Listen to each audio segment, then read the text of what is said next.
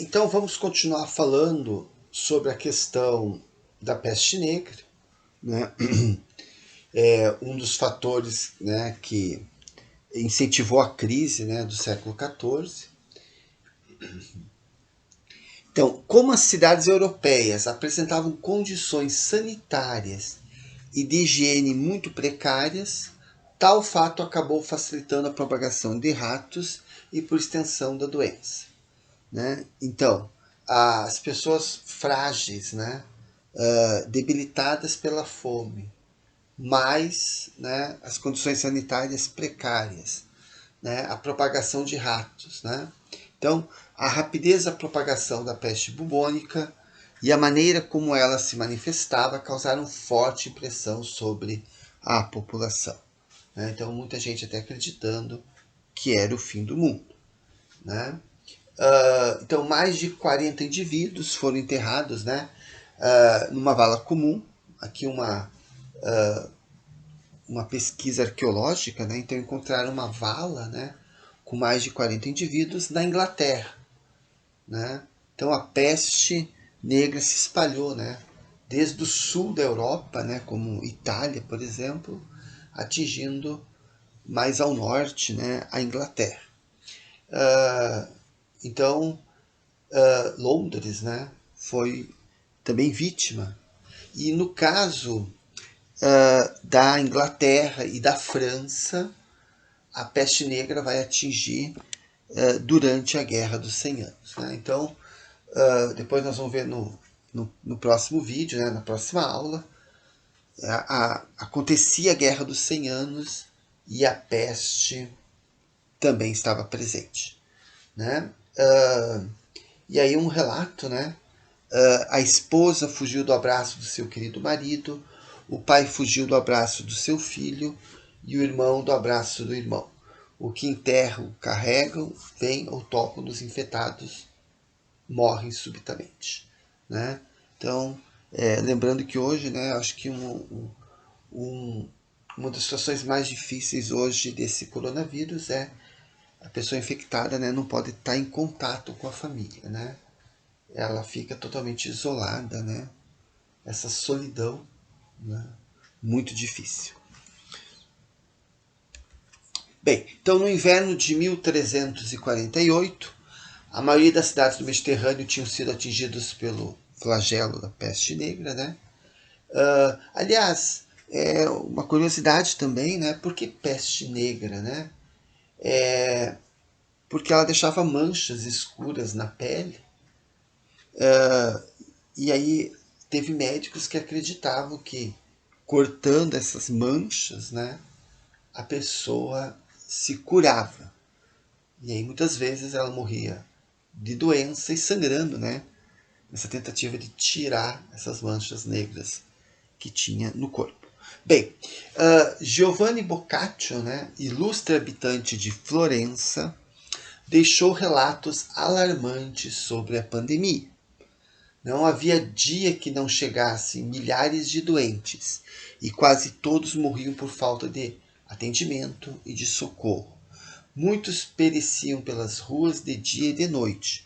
Outros, embora morressem em casa, davam a conhecer sua morte aos vizinhos, mais pelo fedor dos corpos mortos e putrefatos que de outro modo.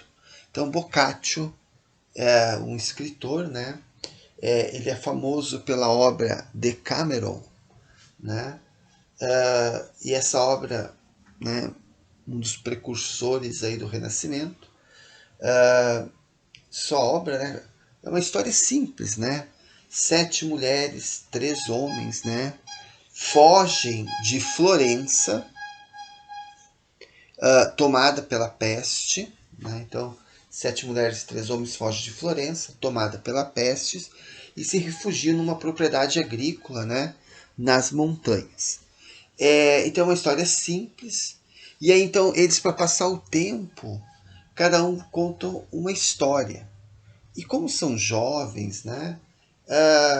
Algumas são, diria assim, avançadas para a época, né?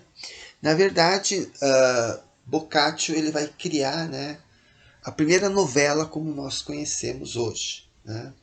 Para a época, essa obra chocou muito, mas fala de amantes, de amores, né?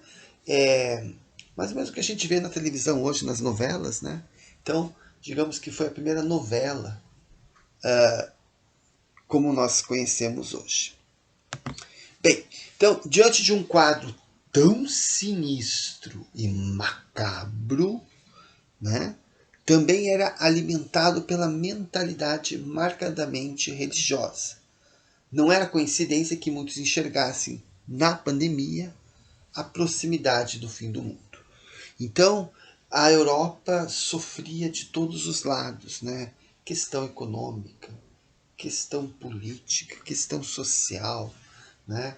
Imagine, né? Cerca de 30% da Europa morreu, né? Então, aqui nós temos um quadro, né? O Triunfo da Morte, né? Então, um pintor flamengo, né? Isso já no século XVI, né?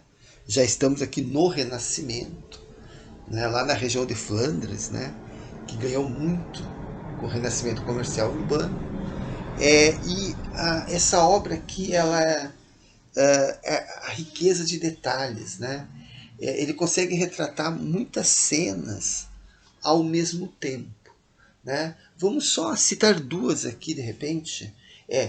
Na parte aqui, digamos, central do quadro, né? Nós temos a guerra, né? A guerra dos 100 anos, as pessoas lutando, brigando, e a peste, né? A morte aí, né? Ela está representada aqui em vários aspectos, né? A morte correndo solta, né? Aqui no canto, bem no cantinho, né? Nós temos um rei. Repara, olha que a riqueza, né? Ali cheio do dinheiro, né? E a morte simplesmente levando o dinheiro dele, né? Não é o dinheiro que vai salvar ele, né? Então, um quadro cheio de riqueza, cheio de detalhes, né? O triunfo da morte aí, a peste negra. E para encerrar, aqui um esquema, né? Encontrei ele na internet, professor Victor Breno, né? Mas assim, que ajuda então sintetizar, né, o que vimos até agora e o que falta ver ainda, que é a Guerra dos 100 Anos. Bem, o que vimos até agora, né? A questão da fome, né?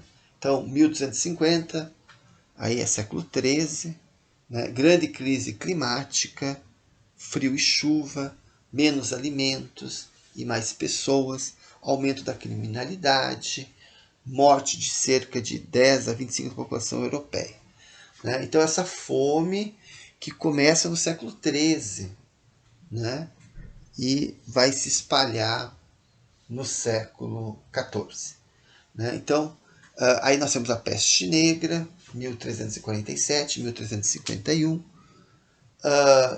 Então, chegou a Europa pela Rota da Seda, né? Então, essa é a versão mais aceita, digamos, a versão clássica, né? Chegou então nos porões dos navios italianos, até Gênova e Veneza.